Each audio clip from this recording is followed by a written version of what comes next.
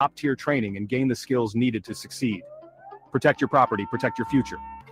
From CCTV installations, alarm systems, and doorbell cameras to access control, we cover it all. Rest easy knowing you're protected wherever you are. Call Close Watch Security today. 033-305-3365 mobile 0785-1417-228. Close Watch Security, your safety our priority. Website closewatchsecurity.co.uk. Brother, why do you look upset? Brother, since all morning, no customer coming, sitting, doing nothing. Would you like to expand your business from small scale to large? Then don't delay and advertise on Apni Awaaz today. Call Shakil Jabed on 078-381-49654 or call in studio and take advantage of our special advertising packages. Get your business thriving. Ramadan teaches us compassion and generosity. Let's ease someone's hunger. As we enjoy our suhoor and iftar, some families are struggling to find a single meal. Al Ubaidiyah gives you the chance to make a difference. For just £35, you can provide a food pack that will feed a family for the entire month of Ramadan. Or for just £1, you can provide roadside iftari for one person. It may be a small amount for you, but for them it is a lifeline. Call 077 11 067 343 now or donate online alubaidia.co.uk. Al Ubaidiyah, bringing hope to those in need. All hits, all day, and it's all yours on Radio Abni Awaaz. Assalamu alaikum wa rahmatullahi wa barakatuhu. Welcome to Radio Apni Awaaz. This is your Sunday afternoon show with your host, Brother Abu Mussa. And Ramadan has kicked off. I think everybody throughout the Muslim world is fasting. Because I know yesterday some people started fasting and majority of them are also fasting today. So Ramadan Mubarak to all of those listening to the listening to the radio station today from Radio Apni Awaaz. So for me, my second fast today, alhamdulillah, we started off on the Saturday. There was a global moon sighting around the world. I know some brothers and sisters follow the local sighting, which was obviously for them starting their fasts on Sunday. I'm not going to get into the debate of the sighting of the moon. I think that's another conversation for another show. But we'll just kind of kick off with some general discussion about what's been going on. I think for most parents out there, you've probably got your kids back into school this week after that short half term of being at home. I know it's been like having kids at home. It can be quite a challenge when you don't have much to do and all they're doing is kind of hanging around the house, causing a nuisance. But yeah, alhamdulillah, back to school this week and back to the normal routine.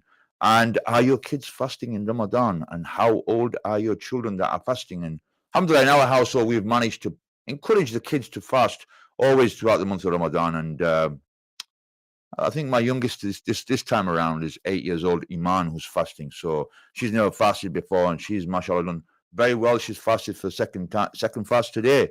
And of course, today I have with me my cameraman. I have normally Muhammad here, but today Salahuddin, he has joined me as our cameraman. So I thank him today, inshallah, Jazakallah khair, Salahuddin, for being my trusted cameraman. He's going to operate the camera for me for those of you that are going to catch this show on my social medias. As I was saying, so these kids obviously have started to fast, and I think it's important to build that character for the children if you can get them fasting very early. I mean, from Salahuddin started fasting at the age of, how old are you when you started fasting? 8. Okay, 7 and 8. I think one of my sons were about 7 years old. He started fasting. And I think it builds a lot of character. It is tough on the kids when they're fasting because in their small minds, they do think about certain things like food all the time, drink. And, they've got a very simplistic way of looking at life. And sometimes it's building that kind of character in their personality to make them understand the value of Ramadan, the importance of Ramadan, the virtues of Ramadan, and what they should be attaining from Ramadan, and rewarding them for those fasts that they keep as well, because it's important that children need to have some kind of incentive. So if they can incentivize them in the time of opening the fast, then sometimes it helps the kids. And I know my littlest, she's about 5 years old. Yeah, 5 years old, and she's looking at everyone thinking they're all fasting, but I'm not. So she makes up her own little fast along the way. But alhamdulillah, this is a time for families to really kind of unite, come together, and use this time in a positive way. Of course, Ramadan's also a very personal and private thing. Somebody said the other day it's a very selfish kind of month that we try to ascertain as much as we can, as much as reward as we can from Allah subhanahu wa ta'ala. So we are all kind of pursuing to grow, to gain that relationship with Allah subhanahu wa ta'ala, get closer to Allah subhanahu wa ta'ala. So we want to spend as much time as we can doing good deeds. And I think there's also a communal effort that needs to be made as well, that as a community, as families at large as well, those outside of your household. I know something that I did this week, which I thought was really important for me, because I've been thinking about this most of the week. I thought to myself, what can I do that is something just to sort of like warm the hearts of our families? And that's not just my immediate family, but it's my uncles, my aunties, those people around me that I don't often see. So I made the intention of just putting a little fruit basket together for all of the family members and going around each house. And, subhanAllah, one of the things that I learned yesterday from that process is interesting because, given the lifestyle that we have and the commitments we have on a daily basis, i.e. school runs, mosque runs, and other things that you have on with work and stuff like that, we often neglect those important relationships around us, those that are of immediate family. I don't know for others, but maybe those of you out there listening to the show, they might have better proactive relationships that you get around the houses, but I'm pretty poor when it comes to that, and that's something that I do need to work on and improve on, visiting my relatives as much as I can. Don't get me wrong, I do try and I do make the effort, and any chance that I can get, I will try to visit. So this kind of gave me a little bit of an incentive to go around all of the houses. And I think about 5 or 6 houses that I visited and just sitting in there for a brief time. And subhanAllah, it's surprising that how the day goes so quickly. I mean, I was out in the afternoon. Within a few hours of visiting a few houses, I realized that my time was running very short, and I had very short amount of time left before iftari time was approaching. It was about 5 p.m. in the evening, and I had visited the last house, and I knew I had about left home and open my fast. But it was very good. I mean, there's a hadith of the Prophet where he encourages us to keep the ties of the womb. Those are any relationships that we have that are blood relationships. So anybody on your mother's side, anybody on your father's side, i.e. brothers, sisters, aunties, uncles, we need to kind of engage with them as much as we can throughout this month. It's not purely about what you can ascertain. Of course, it is part of the month that we push ourselves and strive ourselves, and we kind of like do what we can to get closer to Allah, which is critical for us. But also think about those relationships that you have. Take time for people around you that you may not have seen for a while. Get in touch with them, speak to them, invite them over for iftari if you can. If not, maybe go out and see them and try to engage with them. And like I said, it was interesting going out to the houses, meeting some of my relatives, speaking to them, just finding out what's going on in their lives, what they're dealing with, what's going on, and just seeing people. That was the blessing of Ramadan, is that you see those people that you've grown up with, that have been around you from the day one where you've been, you've entered this world, and it just reinforces those ties or those kinships. So it's really critical. That was something that I did do yesterday, and I encourage others to do. And I always try to organize some iftaris. So inshallah, I will be trying to organize something throughout this month of Ramadan. But on some more serious notes, I was reviewing some of the news this week. In my time, I tried to build up some kind of content for my little show that I have on a Sunday. And there was a report recently by Islam Channel on the rise of Islamophobic attacks throughout the UK. And apparently there's a Tell Mama, a UK-based organisation that monitors anti-Muslim hate and Islamophobia, has reported that incidents of anti-Muslim hate in the UK has reached record levels, with factors like the Southport murders and UK general elections, the tensions in the Middle East contributing to the sharp rise. The organisation warns that anti-Muslim hate and extremism are on the alarming upward trend, urging society not to dismiss or be complacent about this issue. The Muslim Council of Britain emphasises the need for government action, calling for comprehensive national strategy to confront anti-Muslim bigotry. A government spokesman acknowledged the findings as extremely concerning and affirmed the commitment to addressing hate and racism in all forms, working closely with community groups and public sector partners to bridge divisions and protect Muslims. I mean, that doesn't come as any surprise to me. I think we can see the wave of anti-Islamic kind of sentiments around the UK and even out wide across Europe. You see the rise of the far right. More far right groups are being formed. This is a concern for many Muslims that want to invest heavily in this society and, become part and parcel of the fabric of this society. And I had some interesting conversations with people on my social media, and I realized that there is a consensus out there that wants to or sees no future in Britain. Rather, they see a future moving themselves out of this country and moving into maybe the Muslim countries and starting anew there, because they're seeing that more and more hatred towards Islam and Muslims, and more policies are being introduced where our deen will not be allowed to be practiced in the essence that it came, which kind of brings me on to another conversation that I was having, because I mentioned in a previous show that I had done the prevent training, and when you look at prevent and you look at those things that prevent kind of highlights as being points of radicalization or extremism. So when they look at Islam and they say that some of these concepts in Islam are what brings about extremism, the idea of Sharia law, of wanting to implement Sharia law, the idea of calling for a caliphate state, which some of the brothers previously in the show were discussing. It highlights that anything that we call for, anything that is normative Islam, is being deemed as an extremist ideology here in the UK. So when we talk about freedoms and freedom of speech, we can see how through liberal democracies and society, in the society that we live in, they're trying to wipe away a certain element of freedoms. So they're saying that as long as you believe in our liberal values, in our secular values, that religion has no place in society but only within your homes, then that's acceptable. But if you're calling for something other than that, then no, you are considered as an extremist with your ideas. So they're trying to silence our views and our opinions and our expressions.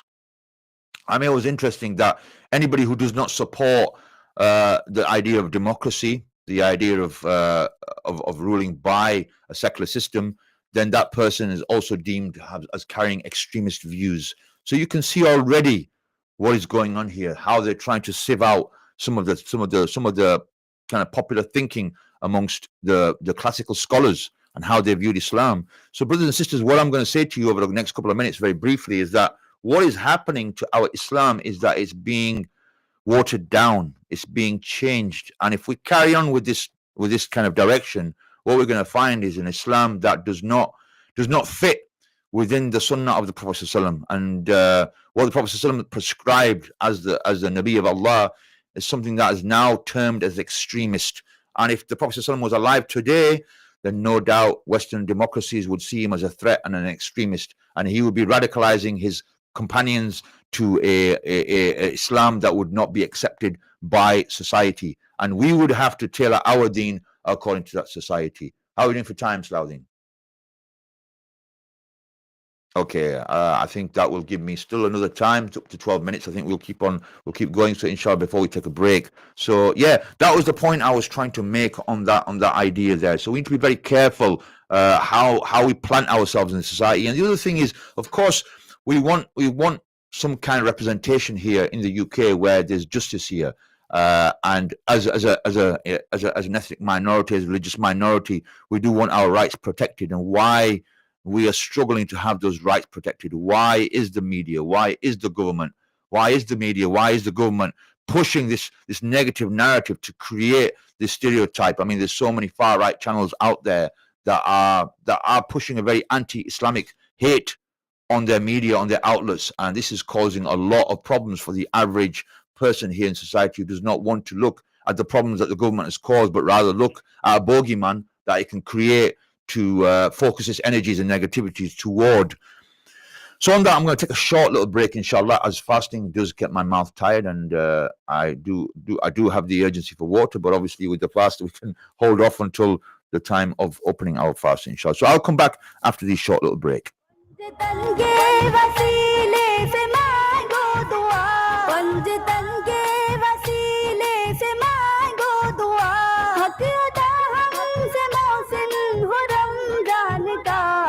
आखिरत का ये सामान आया मोमिनों माहे रमजान आया हर तरफ नूर ही नूर छाया मोमिनों माहे रमजान आया रमजान ही नूर छाया मोमिनों माहे रमजान आया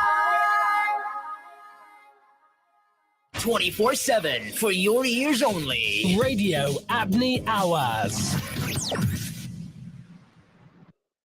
ताजदारे हरम हरम ताजदारे हरम हरम ताजदारे हरम हो निगाहे करम हम गरीबों के दिल भी संभल जाएंगे ताजदारे हरम हरम ताजदारे हरम हो निगाहे करम ताजदारे हरम हो निगाहे करम हम गरीबों के दिल भी संभल जाएंगे. Assalamu alaikum wa rahmatullahi wa barakatuhu, and welcome back to Radio Apnea Awards. This is your Sunday afternoon show with your host Abu Musa.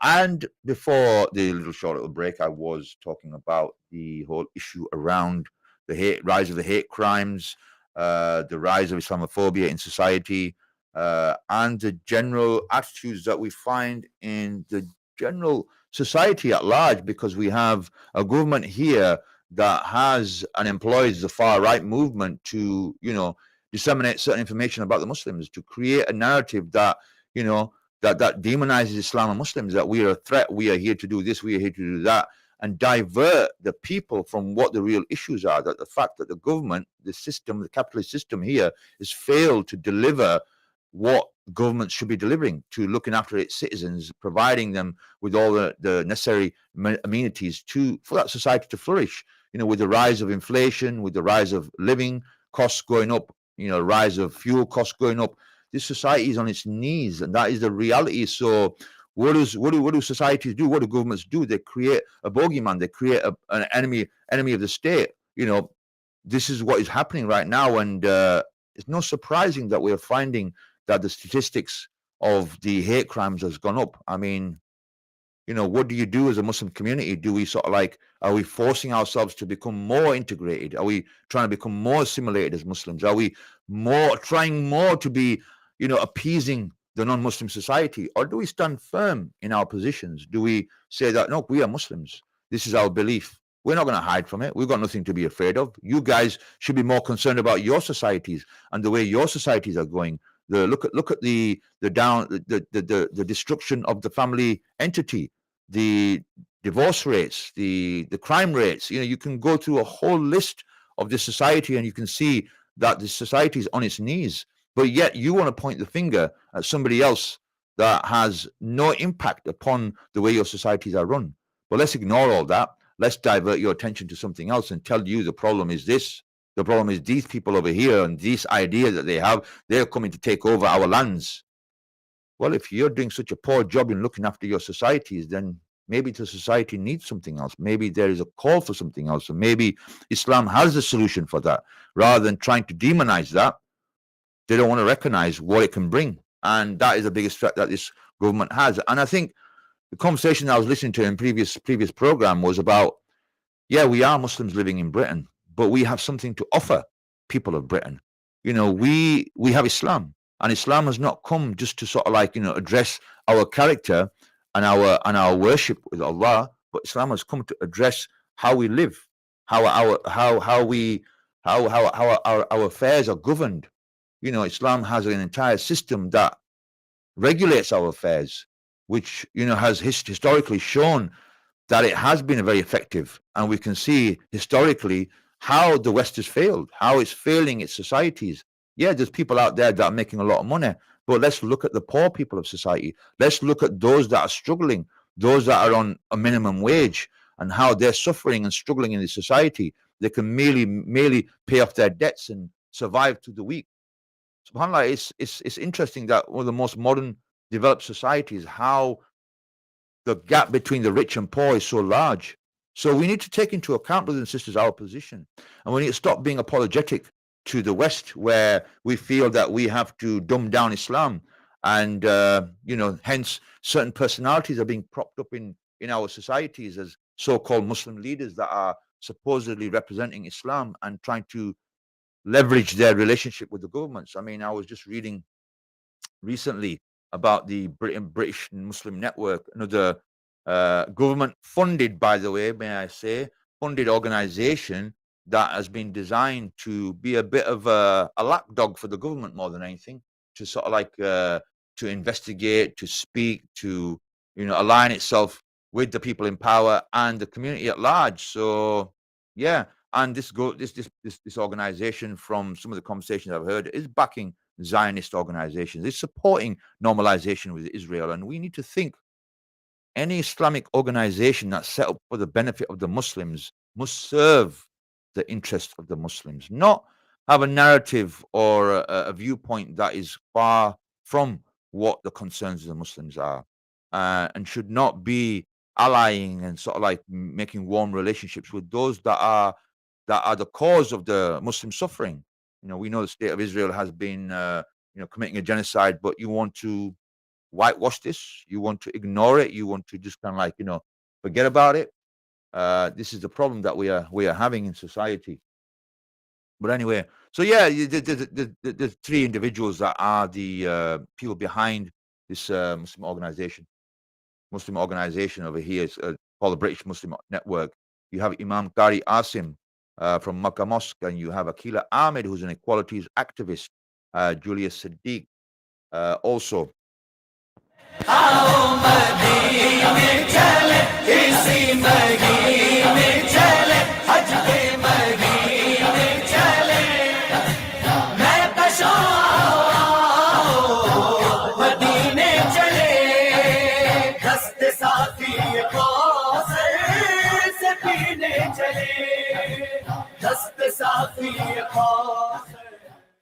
Yeah, so what I was saying, I was talking about this British Muslim Network, and we have three members of that. Imam Qari Asim, who is the Imam of the Leeds Makkah Mosque, who's been quite a controversial character as of recently, because he's been highly criticized by his own community. The Barelvi community have asked to be disassociated with him and asked to have him removed from his position and post within the mosque.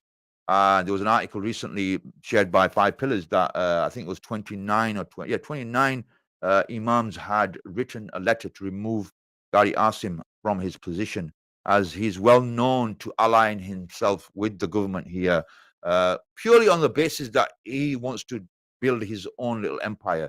He has his own political kind of gains that he wants to make, and own benefit that he's looking for. It's not really to kind of be a spearhead for the Muslim community, nor has he spearheaded any of the campaigns for the Muslims. Rather, he has been one to encourage the normalization with Israel and Zionist organizations, and through this interfaith dialogue that he's having, he's encouraged people to have better relationships and to push the narrative that the Zionist organizations are pushing, which is obviously a major concern for us. And people like this we need to be careful of, because you had in previous times the Quillian Foundation, which again was set up for the very purpose of spying and encouraging these so-called Muslims to have a certain agenda with the Muslim communities, to just not be on the level of the Muslim community, but rather be a voice for the government and to push whatever the government wanted. Because why? They were being funded, they were being given money to support whatever the government narrative was. And we need to be careful of these kind of characters, because they will always exist in our communities. There are those who are sincere, brothers like Muazzam Beg. You have the 5 Pillars News. You have many Muslim personalities out there that are very sincere in their position, and they're working for the Ummah. And then there are personalities, obviously, who may be stooges of the government, and they are here and paid and funded to carry out the narratives and the work for the government. So we need to be careful whose side we are on, and we need to align ourselves very clearly, as we need to think about the interests of the Muslims and nothing else. And on the back of this, I guess people might say, well, why can't we have dialogue with the government? Surely we, as a Muslim community living here, we have a position to play. We have a stake in this society. Of course, yes, I don't have an issue with that. I think it's very important that we have a place here in this society, and we have a voice that represents the Muslim community and the Muslim interests. So of course, there's no issue with that. But again, it comes back to why some of these groups have been formed, and what the objective of some of these groups are.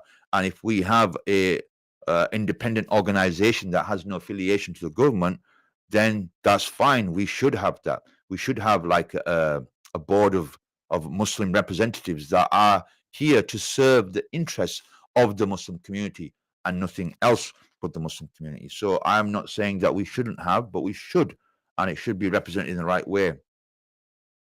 Just while I'm on that, I just wanted to also just read another quick little report, and this is relating to yeah, I mean, I've got kids in my house, and I'm sure the listeners out there, you have children also. And how often are your children on their laptops or on their tablets, on their phones, downloading stuff, etc., etc.?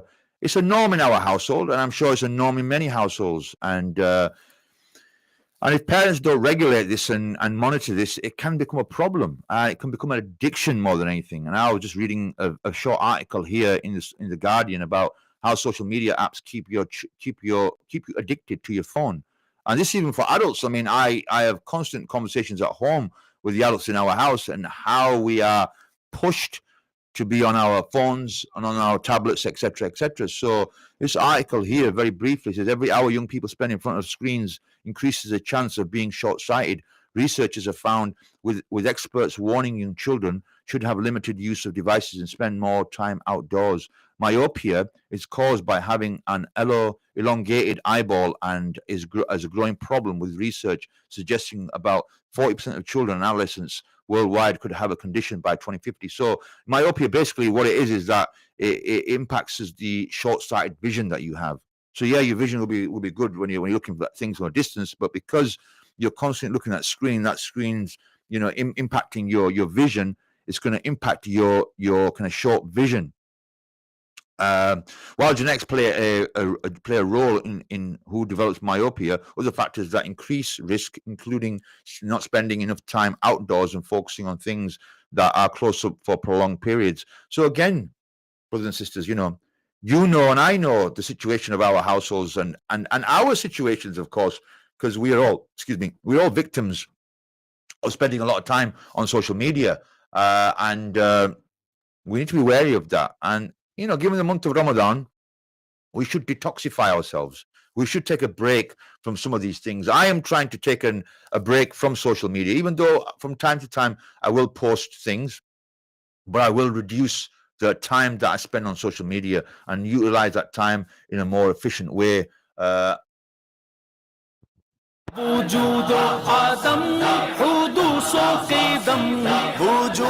So yeah, as I was saying, that we have to be consciously making an effort on what we are doing and how we're spending our time. That we are not constantly on our phones. And people might argue and they say, "Oh, well, you know what, brother, I'm reading the Quran here, brother. I'm reading this, I'm reading that." Take a break from the thing completely. Open the Quran, read a book. Take a walk outside, do something different that takes you away from that, because you are only reinforcing your time on that device, and that's the thing that you want to take time in. So it's important that we do that. But inshallah, on that, I'm going to take a short little break and we'll be back after these short little ads.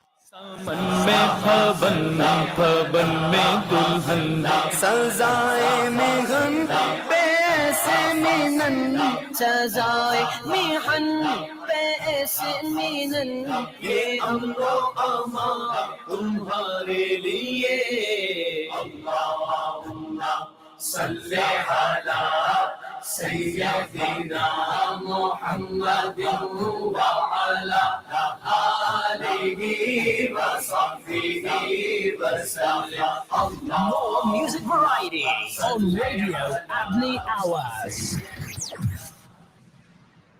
इन्ना लिल्लाहि व इन्ना इलैहि राजिऊन। अपने दुख की घड़ी में भरोसेमंद अल जनाजा मुस्लिम फ्यूनरल सर्विसेज का इंतखाब कीजिए। यूके बरियल्स सिर्फ 595 पाउंड्स में। ये नॉर्थ वेस्ट का पूरा इलाका कवर करते हैं। पूरी दुनिया में कहीं भी तदफीन के लिए ले जाने का इंतजाम है। पाकिस्तान, इंडिया और बांग्लादेश के लिए खास मुकर्रर कीमत। लंदन और मैनचेस्टर से रोजाना फ्लाइट्स सिर्फ 1795 पाउंड्स में। अल जनाजा मुस्लिम Funeral Services. Offices in Bradford, Manchester and London. Call 01616 210 200. बात सुने, चंद दिनों में बेटे की शादी है, स्टेज की बुकिंग करनी है, पर आपको तो कोई फिक्र ही नहीं। अरे वेला इवेंट के होते हुए फिक्र क्यों करूं? वो स्टेज सेटिंग से लेकर और पूरी शादी के इवेंट को मैनेज करते हैं। Vela Events Management, we provide all your needs for wedding stage, events coverage, including birthdays and parties. A name you can trust. Let us take care of your special day. तो जल्दी करें, उनका phone number बताएं। 07772318054. That's 07772318054.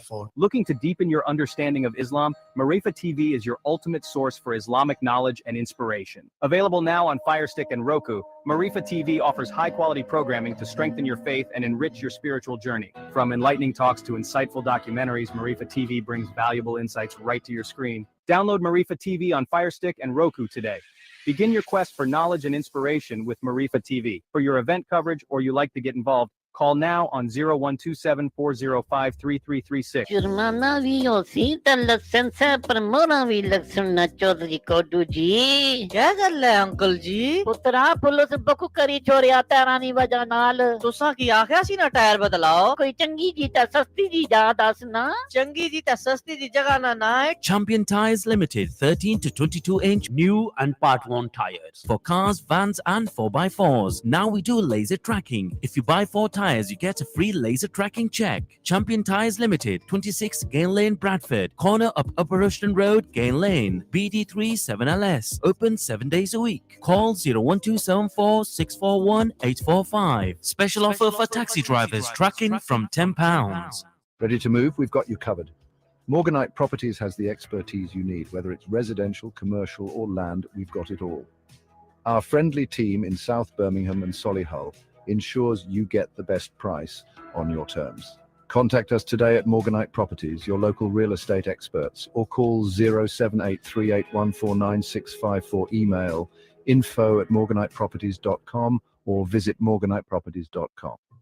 Brother, why do you look upset? Brother, since all morning, no customer coming, sitting, doing nothing. Would you like to expand your business from small scale to large? Then don't delay and advertise on Apni Awaaz today. Call Shakil Javed on 078-381-49654 and take advantage of our special advertising packages. Get your business thriving.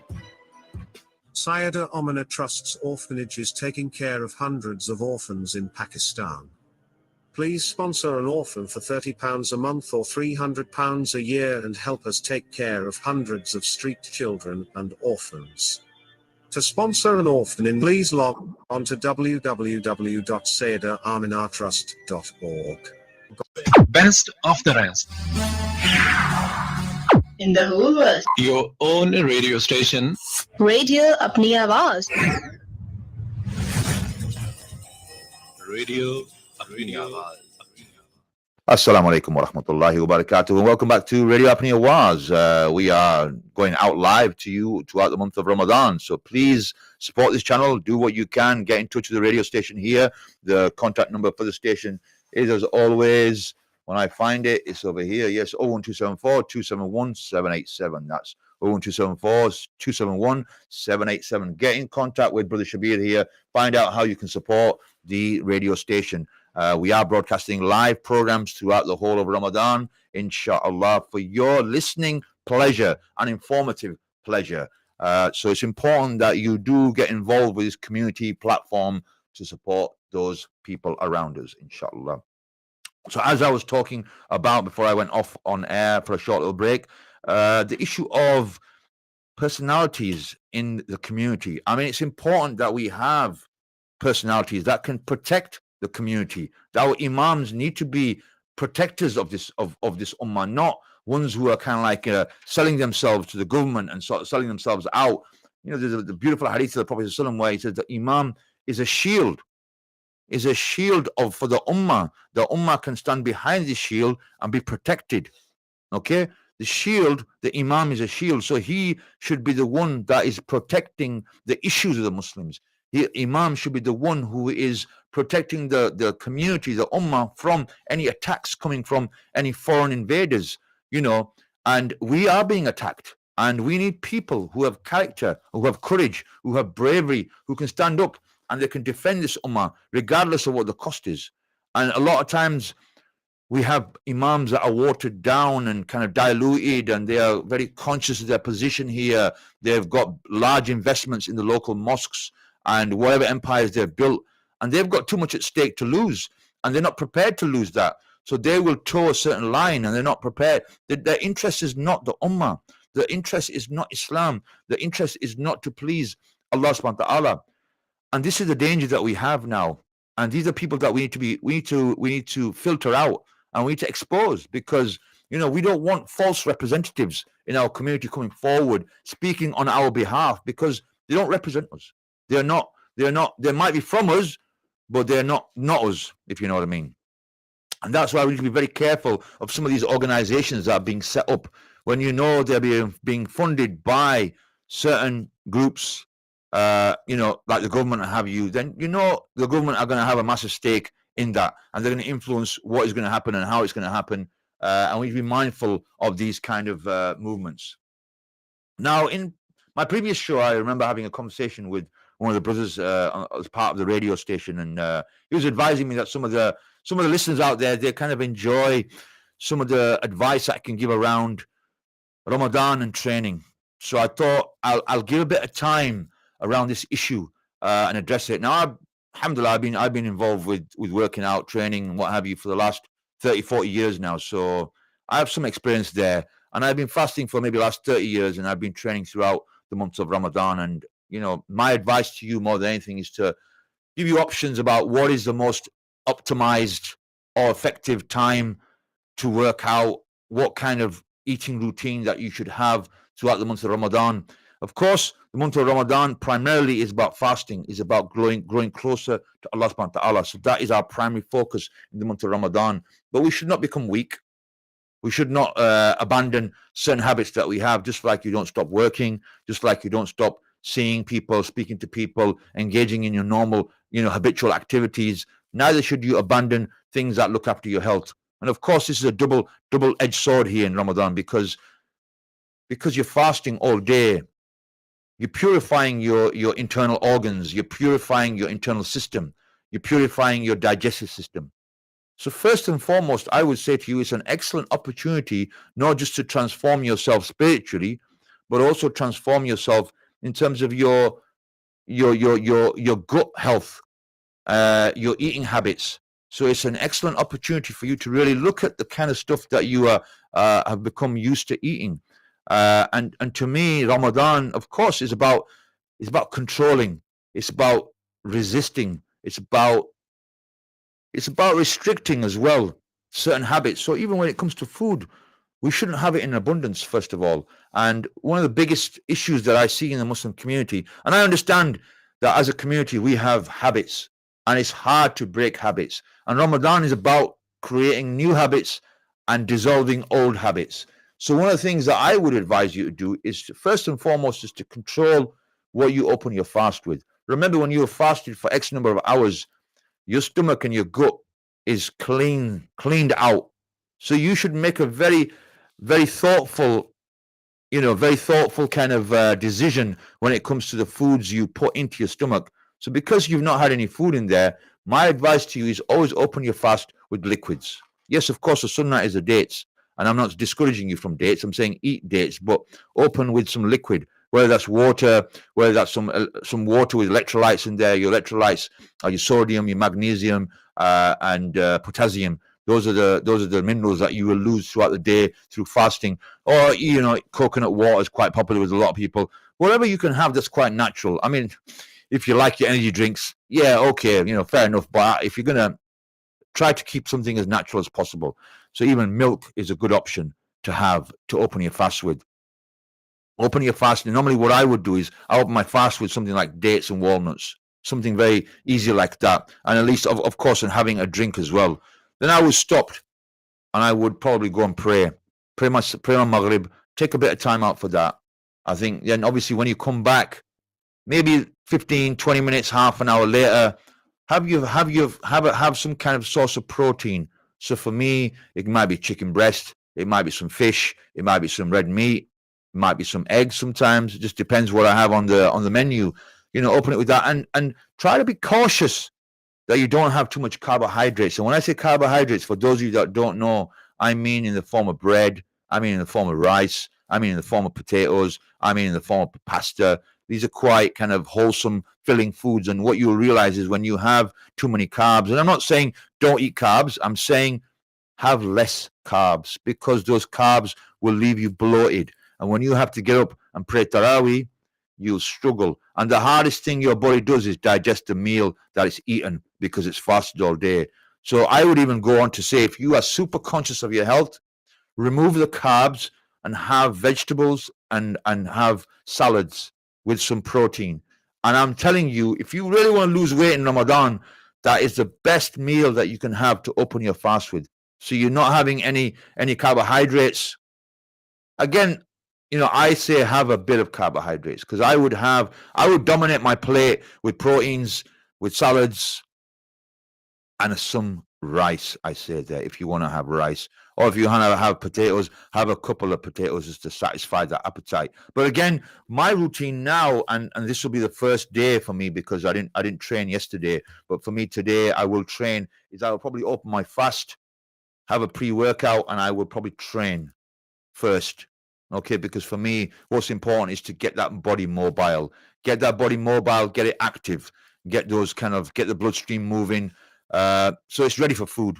So once you put food in, it will absorb and digest that food, because it needs that food. If you've not done anything physical all day, or those of you also, there's also an opinion out there that people will work out before they open their fast, and I have done that for many years as well. But I'm at a luxury position right now where I have my home gym pretty much built up. So the issue of accessibility is not a problem for me to get into the gym. But what would be the most optimum time to train? You may be asking me. What is the most optimum time to train in Ramadan? Probably, if you have the luxury, I would say probably after Taraweeh.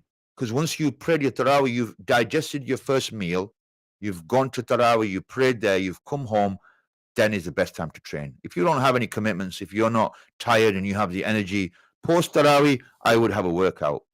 That is probably the ideal scenario for training. And make your workouts short.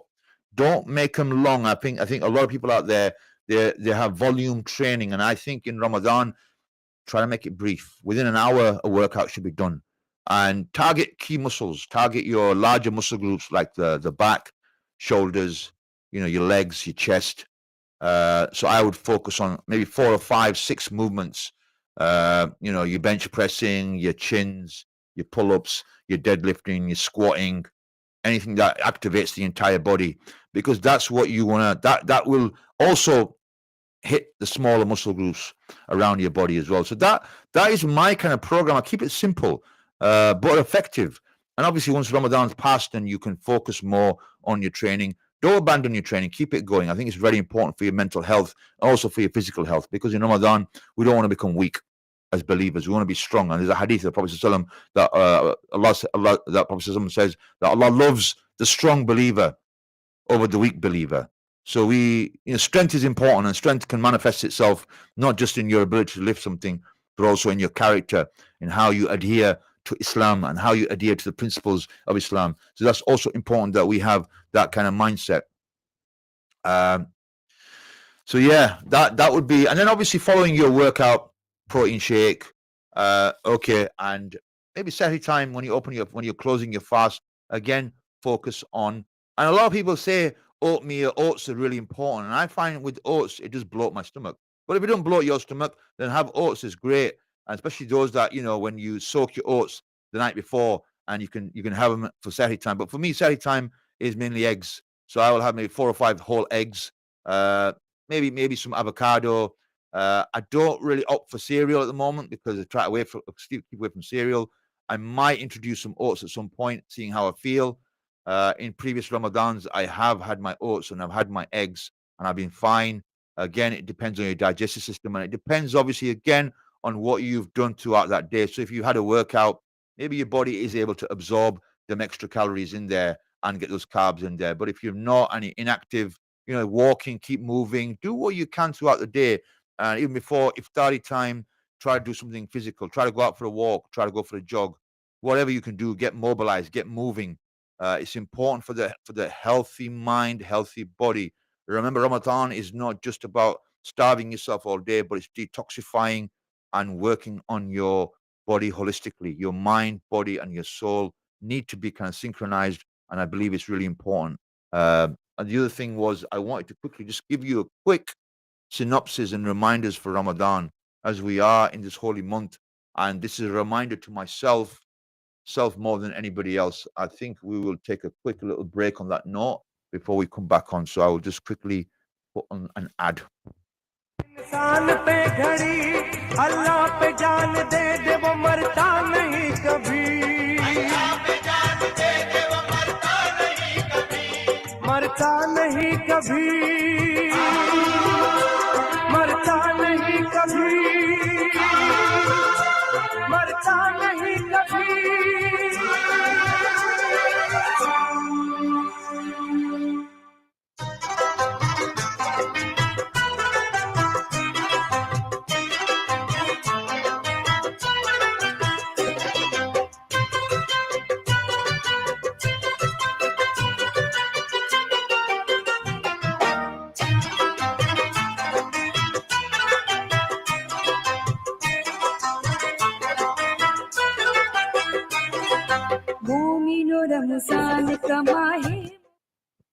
Assalamu alaikum wa rahmatullahi wa barakatuhu, and welcome back to Radio Apnea Waz. This is your Sunday show with your brother Abu Musa, going live from the studios in Bradford. And we are in the last segment of the show now. And as I was mentioning in my last segment, I was talking about the month of Ramadan. And I think it's important that we all refresh our relationship with Allah subhanahu wa ta'ala, because the month can become quite, kind of mundane sometimes. And if you get into a bad habit of just going through each day fasting, but not kind of renewing and reviewing your intentions for the day. I think it's important that we remember why we are fasting, why we are doing this, why has Allah subhanahu wa ta'ala prescribed fasting upon us, because he wants us to gain more taqwa, become more God conscious.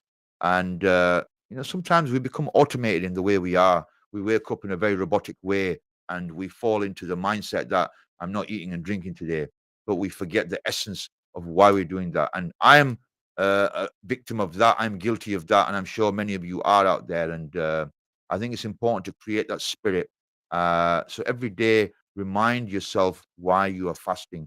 Read something, refer to an ayah of the Quran, refer to a hadith, and just immerse yourself in that moment and think about why you are fasting. Of course, we know it's a month of Ramadan, but it's good to remind yourself constantly. And Allah subhanahu wa ta'ala, he says, every good deed of the son of Adam is for him except for fasting. And for fasting is for me, and I shall reward the fasting person for it. So Allah subhanahu wa ta'ala is saying to you that he is going to give you rewards, immense rewards for this, that you are abstaining from everything that you're used to doing, your food, your drink, your enjoyment of your life, etc., etc. But this month, you are sacrificing all that for his sake, and that's something Allah will reward you for. And the Prophet ﷺ also says that he who observes fasting during Ramadan with faith and while seeking its reward from Allah subhanahu wa ta'ala, his past sins will be forgiven. So, this is really important that we embrace this month and we pursue this month with sincerity, with our intentions really pure. And this is why I'm emphasizing on the importance of renewing your intentions, because we need to remember, always go back to the very origins of why we are fasting and the importance of fasting. And also, brothers and sisters, remember, this month of Ramadan is a month where Allah listens to us, where Allah is close to us, and Allah is closer to us than our jugular vein when we open our fasts. And before we open our fast, Allah says that he will answer any dua that is made by the believer. So remember those around us that are less fortunate in your duas. Maybe you've come across a friend or a relative who is struggling, who's going through hardship, who's maybe going through some kind of trial or affliction. Remember them in your du'as. Make a du'a for them. Because for the du'a that you make for everybody else, you will be rewarded for that. And it says here in a hadith of Prophet, when a Muslim makes du'a for his absent brother, the angels say Ameen, and may you receive the reward, or may you receive the like. So it's important, and we know from many hadiths the importance of making du'a for others and how Allah subhanahu wa ta'ala will bless us with that dua as well. And I also remember in previous times when I used to fast, I was probably not the character that I am now, and I would probably not get up at Saturday time. I would probably fast through the night. Sorry, I would sleep through the night because sleep was important to me. And until maybe last 20 years, I've kind of realized the importance of Sahri, and I've realized the importance of waking up in the night, forcing yourself out of bed because it's taking you out of character. Because Ramadan is a month where it's a change of our habits, a change of our daily routines. So waking up in the early hours of the morning to eat is something unusual for our bodies. It's something unusual for us.